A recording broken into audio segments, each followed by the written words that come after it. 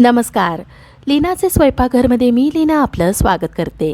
आज या स्वयंपाकघरात तुम्हाला पीठ पेरून मेथीची भाजी कशी बनवायची हे पाहायला मिळणार आहे. चला तर मग आजच्या या साध्या सोप्या रेसिपीला सुरुवात करूया. कढईमध्ये 2 पळी तेल घालूया. मेथीच्या भाजीला तेल जरा जास्त वापरले की भाजी तितकीच चवदार होते. तेल चांगलं गरम झालं की याच्यामध्ये थोडंसं जिरे घालूया. जिरे उमलल्यानंतर चिमूटभर हिंग घालूया. 1 हिरवी मिरची आणि 10 ते 12 लसूण पाकळ्या ठेचून घेतलेल्या आहेत त्या घालूया. गॅसच्या मंद आचेवर मिरची आणि लसूण चांगला परतून घेऊयात.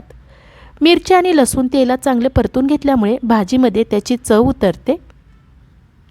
1 मोठी मेथीची पेंडी घेतलेली आहे. मेथी खोडून कोवळी देठेसुद्धा घेतलेली आहेत. भाजी खळखळत्या पाण्यामध्ये धुवून तासभर चाळणीमध्ये निथळत ठेवलेली आहे. मिरची आणि लसूण परतून झालेला आहे. आता याच्यामध्ये निथळत ठेवलेली मेथीची भाजी घालूया. मेथीची भाजी धुतल्यावर लगेच परतायला घ्यायची नाही, नाहीतर ती तितकीच चिपचिपी होते. गॅस कमी ठेवून भाजी चांगली परतून घेऊयात. भाजी परतून कमी झाल्यावरच मीठ घालायचं आहे. सुरुवातीलाच मीठ घातलं तर ती खारट होईल. भाजी आपली परतून कमी झालेली आहे. चवीनुसार मीठ घालूया. मिक्स करूया.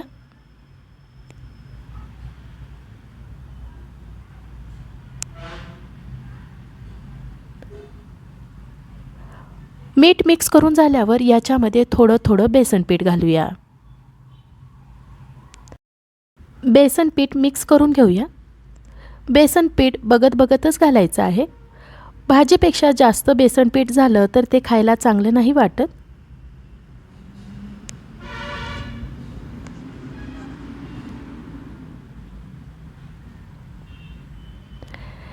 हे बघा, इतकं बेसन पीठ भाजीसाठी योग्य आहे. साधारण पाऊण वाटी बेसन पीठ लागलेलं आहे. पीठ पेरून झाल्यावर भाजी आणि पीठ दोन्ही पटकन शिजावं म्हणून याच्यावर झाकण ठेवूया. भाजी शिजण्यासाठी गॅस कमीच ठेवायची आहे. 4 ते 5 मिनिटे झाल्यानंतर झाकण काढून खालून वरपर्यंत हलवून घेऊयात.